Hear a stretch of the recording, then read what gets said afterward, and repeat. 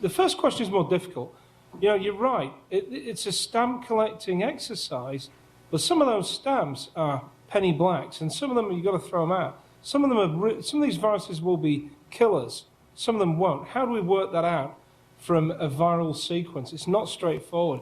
So, as an example, first of all, we're only looking at viral families that include those that have got into people from animals. So we narrow it down straight away. Then when you get a sequence of a virus and it looks like a relative of a known nasty pathogen, just like we did with SARS, we found other coronaviruses in bats, a whole host of them. Some of them looked very similar to SARS. So we sequenced the spike protein, the protein that attaches to cells. Then I didn't do this work, but my colleagues in China did the work. You create pseudoparticles, you insert the spike proteins from those viruses, see if they bind to human cells.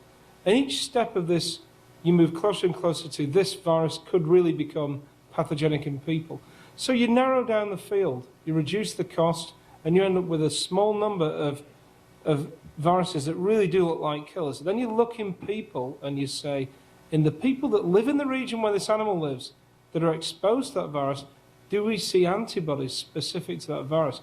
There's the first evidence, just as the groups out in Cameroon are showing, of a new virus spilling over into people.